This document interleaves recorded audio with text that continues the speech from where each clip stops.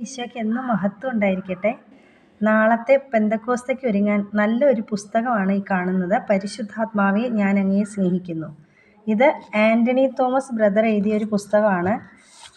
ഇതിനകത്ത് പരിശുദ്ധാത്മാവിനെ പറ്റിയും അദ്ദേഹത്തിൻ്റെ സ്നേഹത്തെക്കുറിച്ചും പരിശുദ്ധാത്മാവ് ഒരു വ്യക്തിയാണ് എന്നതിനെക്കുറിച്ചുമൊക്കെ നന്നായിട്ട് പറയുന്നുണ്ട്.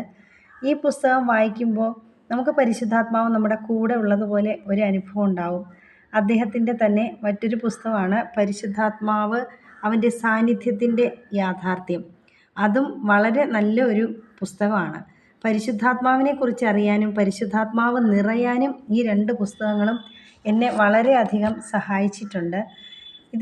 ഈ പുസ്തകം പ്രാർത്ഥിക്കേണ്ടത് ഇങ്ങനെയാണ്: ഒരു മുഴുവൻ കൊന്ത 4 ജപമാലയും രഹസ്യങ്ങളും പറഞ്ഞതിന് ശേഷം നമ്മൾ ഒരു അരമണിക്കൂർ പരിശുദ്ധാത്മാവെ ഞാൻ അങ്ങയെ സ്നേഹിക്കുന്നു, പരിശുദ്ധാത്മാവെ അങ്ങേ എന്നെ ഭരിക്കണമേ, അങ്ങ് എന്നെ നയിക്കണമേ, ഇങ്ങനെ സ്തുതിച്ച് പരിശുദ്ധാത്മാവിനെ മാത്രം ആരാധിക്കുന്നു.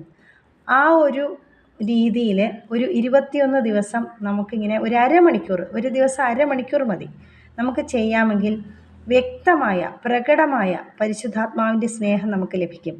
എൻ്റെ അനുഭവമാണ്. എല്ലാവർക്കും കഴിയുമെങ്കിൽ നാളെ മുതൽ ചെയ്യാവുന്നതാണ്. സമയമില്ലാത്തവർക്ക് 7 ദിവസമെങ്കിലും ചെയ്യാം. സമയം ഉള്ളവർ 40 ദിവസം ചെയ്യുന്നത് ഏറ്റവും അനുഗ്രഹപ്രദമായിരിക്കും. കാര്യം, നമ്മുടെ ഈശോ ആത്മാവിൽ നിറയാൻ മരുഭൂമിയിൽ പ്രാർത്ഥനയിൽ ചിലവഴിച്ചത് 40 ദിവസമാണല്ലോ. എല്ലാവർക്കും പരിശുദ്ധാത്മാവ് നിറയപ്പെടാനും പരിശുദ്ധാത്മാവ് ഭരിക്കുന്നവരായി നയിക്കുന്നവരായി നമ്മൾ ഓരോരുത്തരും മാറാനും നമുക്ക് പ്രാർത്ഥിക്കാം. പരിശുദ്ധാത്മാവെ ഞാൻ അങ്ങയെ സ്നേഹിക്കുന്നു. കർത്താവെ, എൻ്റെ ശക്തിയുടെ ഉറവിടമേ, അങ്ങയെ ഞാൻ സ്നേഹിക്കുന്നു. ആമേൻ.